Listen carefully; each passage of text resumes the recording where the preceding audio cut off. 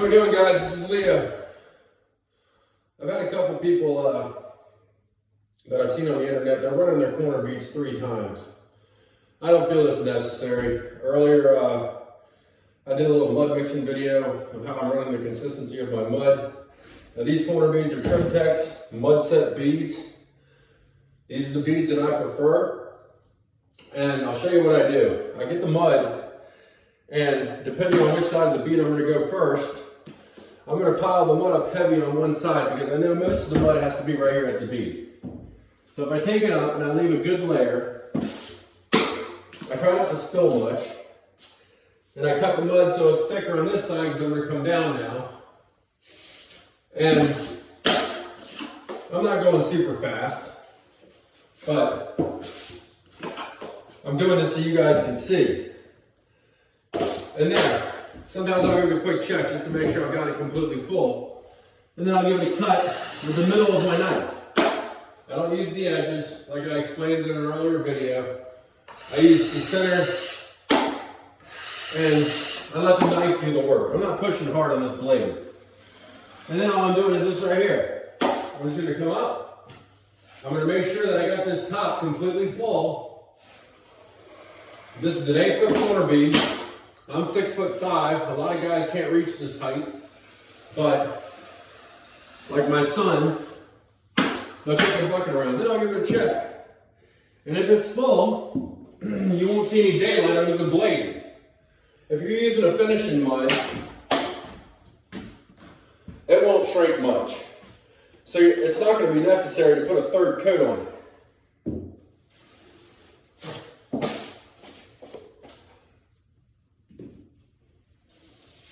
Now, I'm also taking my knife and I'm going like this a little bit. I'm pulling it outwards because I want to keep mud off that side of the bead. I've already finished that.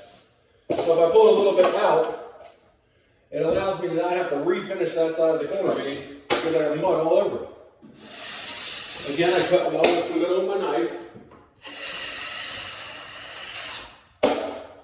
so I don't have any edges. Now, I'm a little light at the bottom. I want to show you guys something. If you can see this. Let's see if I can catch it. Do you see that little void right there? It's got a little goober in it, an air pocket, but that lets you know that your bead's not full. As soon as I started pulling that stroke up, I felt my knife go a little bit light, and that ended up telling me that the bead wasn't full. So to finish this up, I'll just add a little bit more. It doesn't take too long. I'll cut my edge again. And I'll do the same thing. I'm not putting a lot of pressure. I'm letting the blade do the work.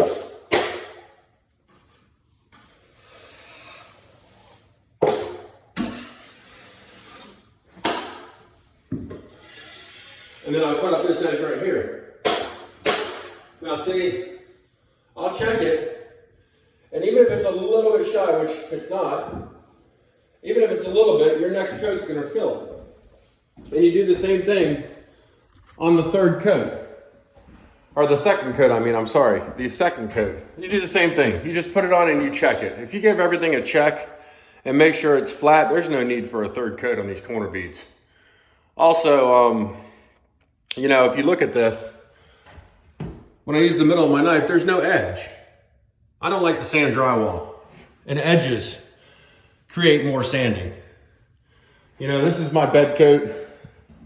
I've got to fill that now. When I go spot my nails, I'll do my second coat of nails here, screws, and then I'll come back and fill these little pieces in for my final coat. But this is a corner bead video, and if you see, it didn't take me that long, but I didn't go that fast, because I wanted to show you guys the proper way I run corner beads.